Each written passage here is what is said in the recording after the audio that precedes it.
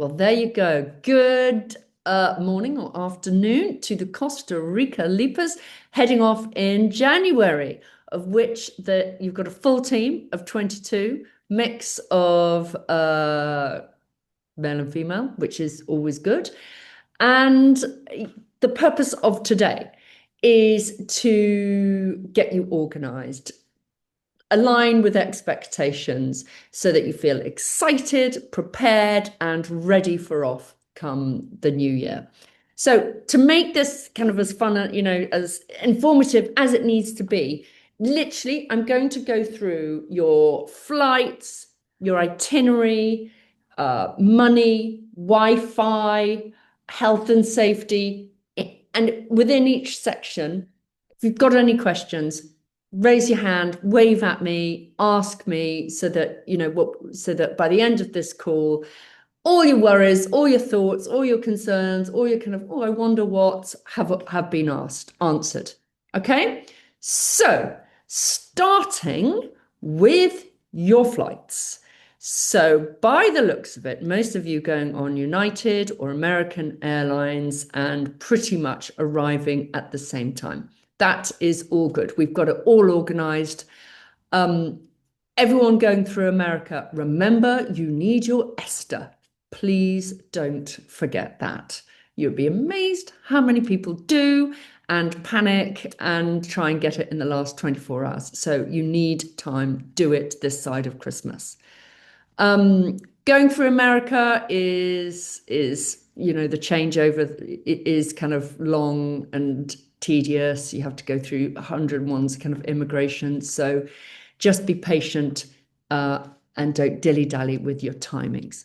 Okay? As in, don't wander off and get a coffee. Get off the plane, get through customs, get to your next plane, and then get your coffee when you're there, because it can take ages.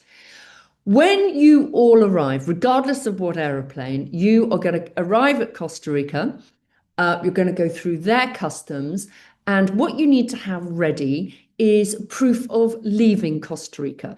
Now, 99% of you won't be asked, but you could get some very rigid, uptight customs officer that will want to see how you are leaving and when you are leaving Costa Rica. So you need that ready at hand, okay? So just have a screenshot on your phone or something like that. You then go through after customs, you then go through a final bit where you have to put your bags through another machine, and that is looking out for fresh produce. So if you've got something like a kind of banana left over from home and your hand luggage, just chuck it away, okay? Anything fresh, they are detecting and will throw away, just FYI. Then you're going to come through the huge doors at the airport and you're to wait there. And our transport on our guides, that is where they're going to pick you up. So don't wander off and go into the coffee shops. Just hold your horses and wait in that area, okay? And then they'll be there. If they're not there immediately, it means they've got caught up, snarled up, driving round. So just be patient. From there, you are all going to go to the Rosa of America for your first night, which is about 20 minutes away from the airport. Here, that's where it's a kind of, we've used it for the last kind of 10, 12 years. It's family run, it's sweet, it's got a pool, it's contained, but it's just a really good base for everybody to assemble, okay, and try and get a good night's sleep. From there, the order of events of your itinerary is you're doing the phase one, which is the finca and the community project first. Then you're going into the cloud forest. Then you're going down to the wildlife center. Then you're going to Santa Teresa with Serenus, the turtle sanctuary, in that last 2 weeks. So you've got 4 different locations plus Serenus. So, but that's only for a couple of days. Okay, so starting with the finca to kind of manage everyone's expectations. This is an old farmhouse which is just outside Quepos, which is a seaside harbour fishing town, and outside Manuel Antonio National Park. So it's a home from home. Hold on. It's home from home. It's got a pool, it's got a volleyball pitch. It's just really kind of lovely and relaxed. And it's a really good place for you to all get used to the new temperature, acclimatizing with the jet lag. And to help with that, you are going to be set to work pretty quickly at the community centre because the idea is to knacker you out. So the first few days, you're going to be doing the project work at the community centre, which is right on the beach. We've worked there since COVID, and they absolutely love the monthly visit from the leapers who come. You're going to play with the kids and help maintain the kids community centre, which is on the beach. But it's a real kind of insight into rural community life in Costa Rica. A couple of days of doing that, and then you've got a couple of days exploring the national parks, hiking, walking around all the waterfalls. So you're gonna get right in there, kind of seeing the waterfalls and all the wildlife. And you will, in this time, have one day off just to chili beans and relax, because it is a full-on 4-week itinerary with no fixed weekends. So we kind of scoot in a little bit of downtime here before you move on to the next phase. The next phase is for about a 3 to 4 hour drive. It's Monteverde, and this is in the cloud forest. So you've gone from hot and steamy on the beach to cool mountain kind of feel vibe in Monteverde. It is beautiful here. I absolutely love it. Completely different. And this is the adventure capital of Costa Rica. This is where every morning you're going to be hiking, helping with the reforestation project there, exploring the hanging bridges. There's loads and loads to do every morning, but every afternoon you've got free to choose to do an activity of your choice, of which there are many. There's zip wiring, there's bungee jumping, there's horse riding, there's coffee tours, or there's doing absolutely nothing. So the choice is yours, and you don't have to decide or think about it until you're there. But if I was you, and pretty much everybody signs up to do the zip wiring. That is super, super cool. It goes right over the top of the jungle canopy, the cloud forest canopy even. So I would definitely do that. The bungee jump, well, some people do, some people don't. I don't think it's entirely necessary, because at the end of the zip wiring, you've got the Tarzan swing, which, as far as I can see, is as frightening as the bungee jump. The Tarzan swing, you finish up and you've got a really, really high point, and you kind of swing right over the canopy and back. You're just doing it legs first as opposed to head first, and you bungee jump. But if you do want to do your bungee jump, top tip, before you leave this country, make sure that your insurance covers the bungee. Okay? You're not to jump without knowing that it does. From there, you're going to go down south. You're then going to go back into the hot and steamy wildlife sanctuary. Now, this is the challenge of your trip. And it's challenging because it's basic accommodation. You're going to be living in a long house in bunk beds with fans. So it's kind of hot. It's just not like what you've been used to. The finca and your accommodation in Monteverde are all very, very nice. So it's kind of like, ooh, this is, ooh. And the food, you're going to be eating pinto and beans every day. And there's nothing we can do. This is local Costa Rican stuff. You just have to get on with it. And if any of you put in your feedback forms, did I like the food at Natuwa? Did it match expectations? And they say no, I'm telling you now, it is what it is.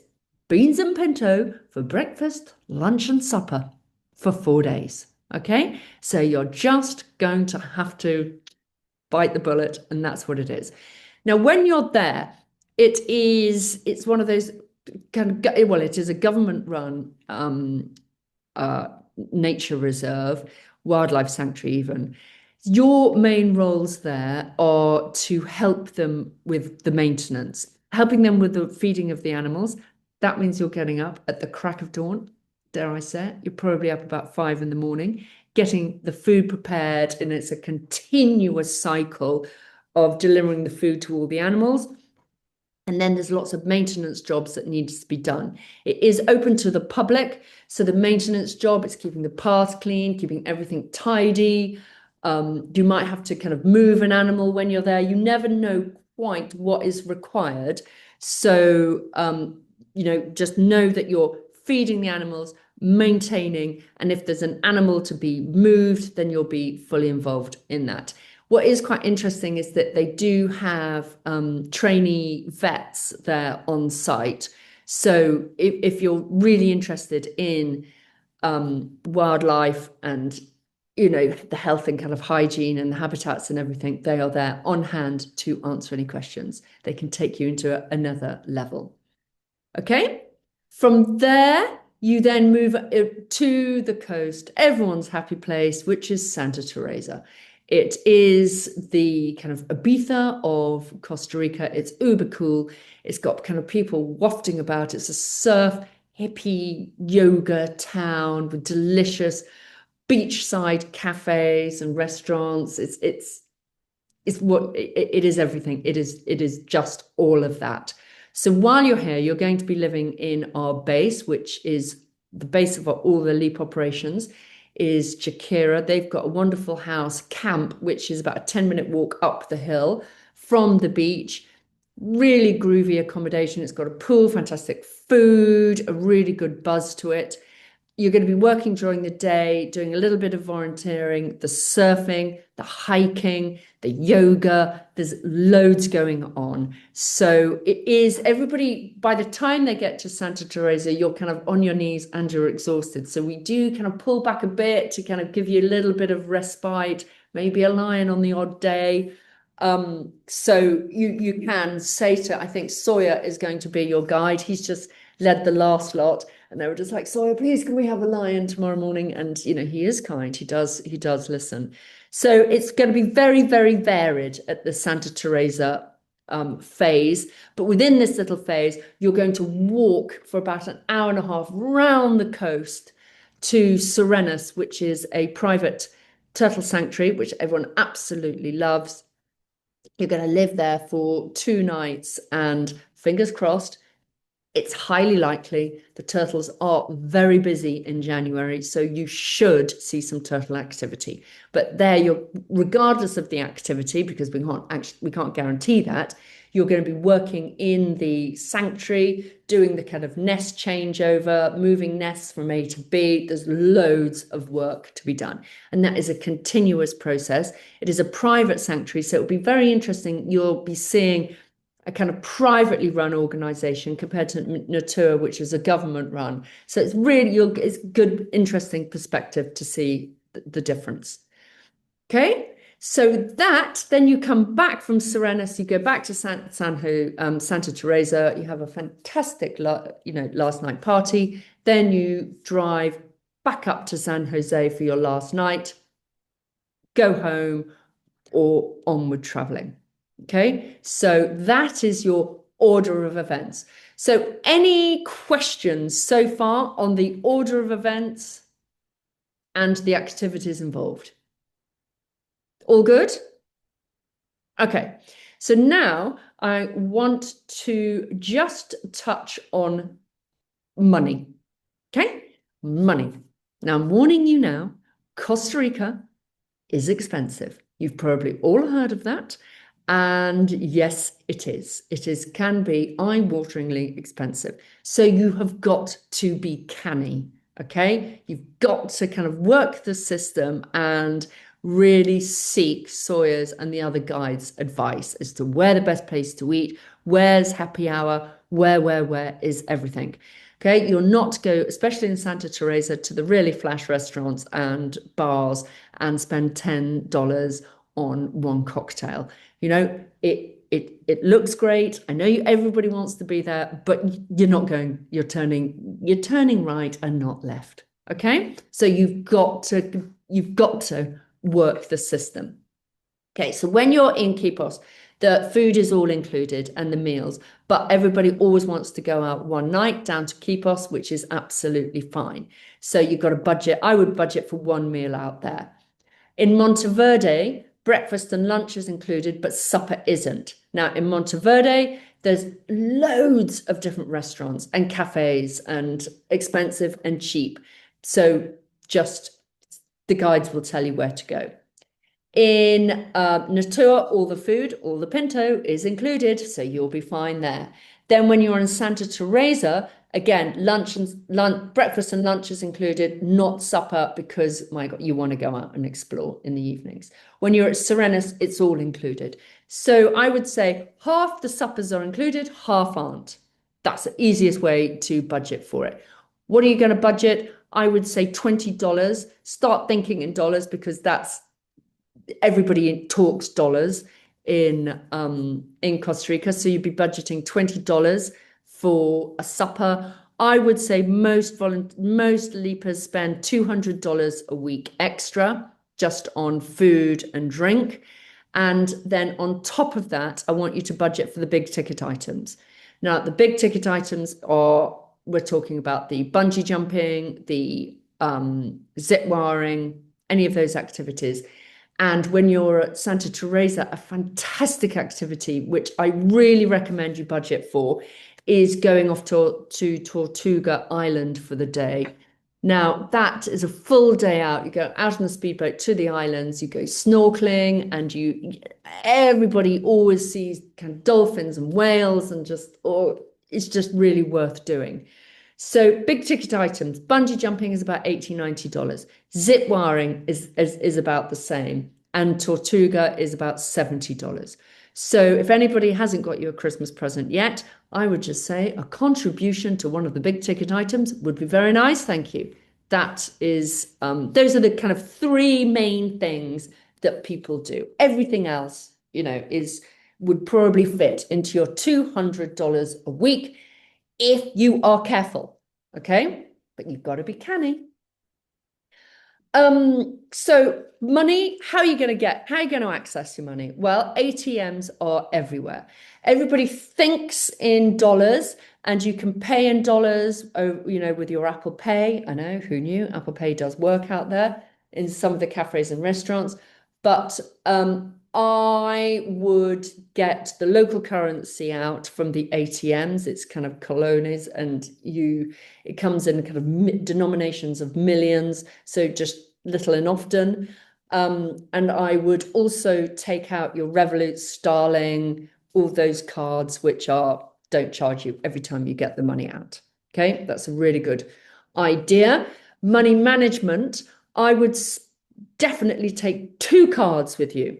Take your Starling, Revolut, or Doodle cards, and take a backup card, your normal debit card, just in case. Okay, when you go out in the evening, you are only going to take 1 card, and you're going to get a sling bag or some form of something that you never take off your body.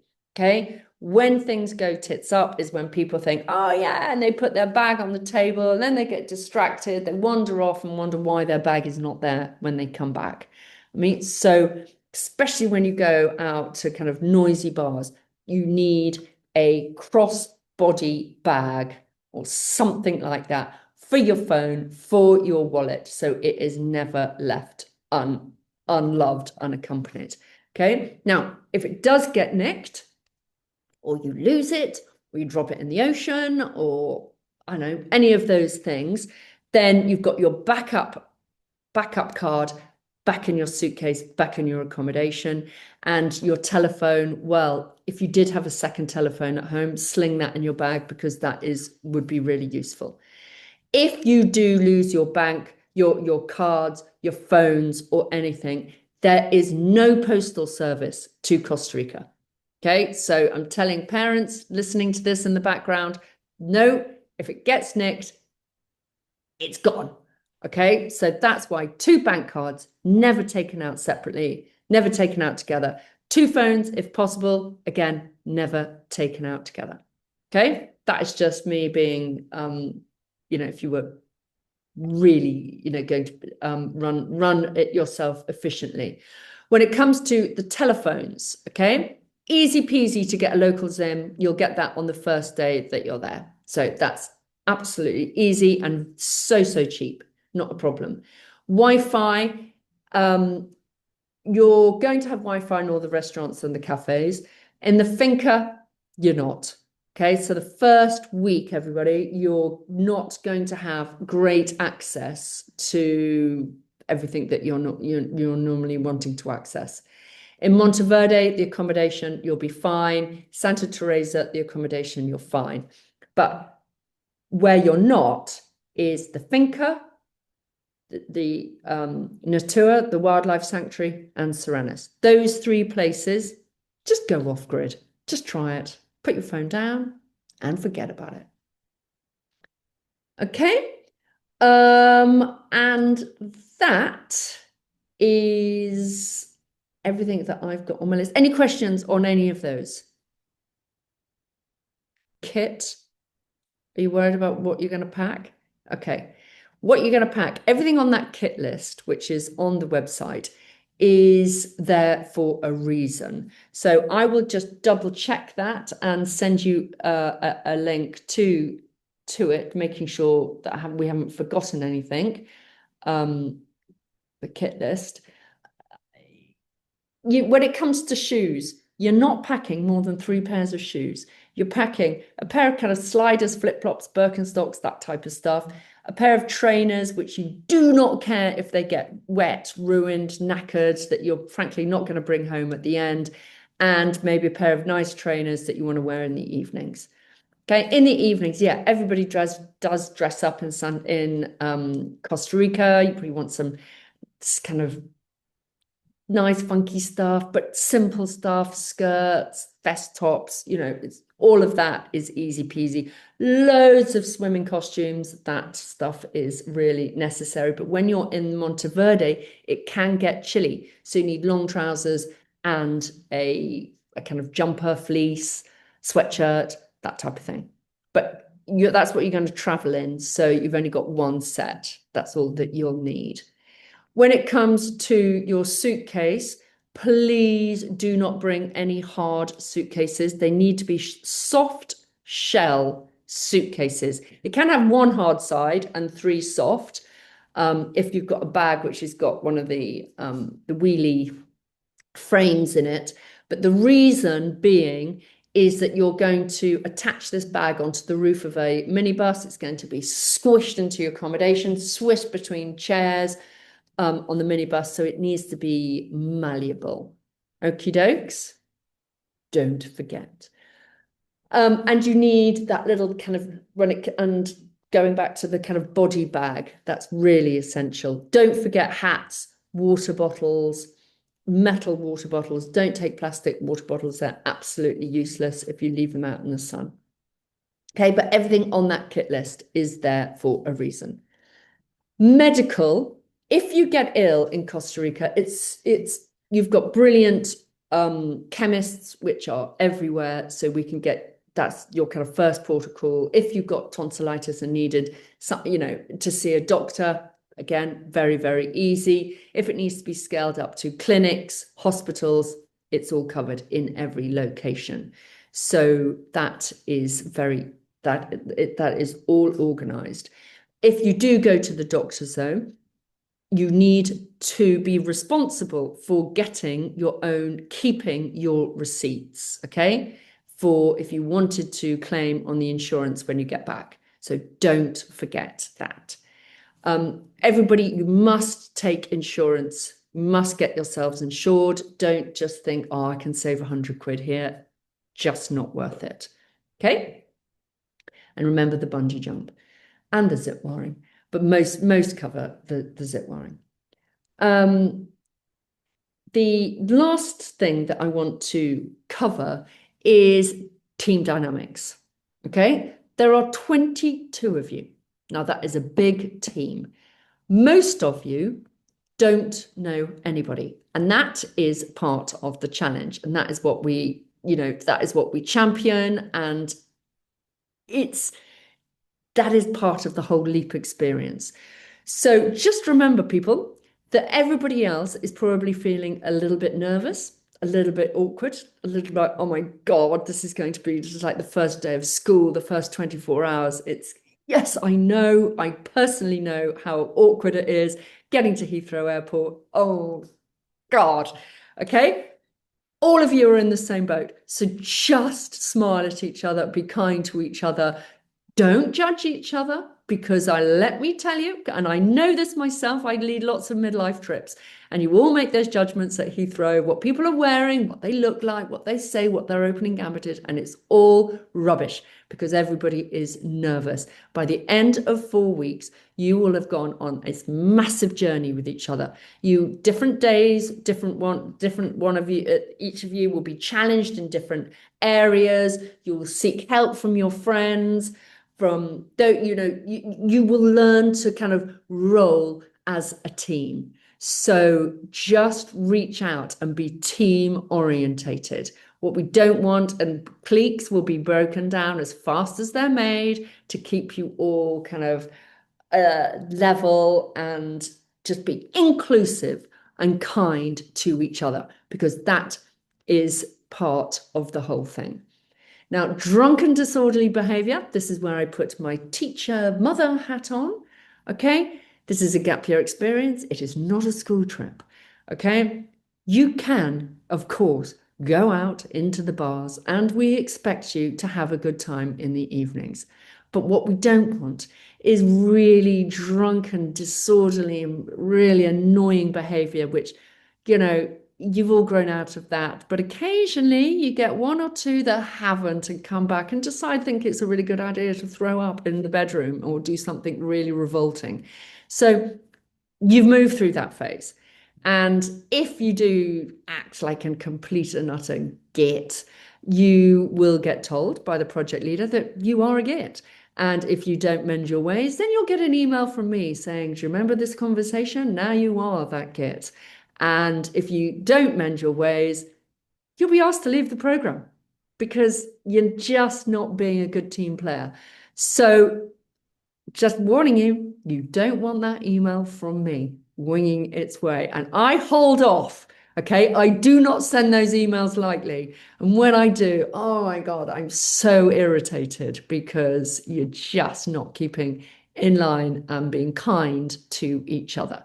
So just bear that in mind. We want you to have a good time. We really do, but we want you to be kind, considerate to your teammates and to your guides, whose overall goal is to deliver you a really good time, expose you to amazing things in Costa Rica that the normal backpacker can't get to see, push you out of your comfort zone, challenge you when they think you need challenge, but to kind of hold you when you just need to retreat. So they've got a big job on their hands and they need to get to be treated with respect.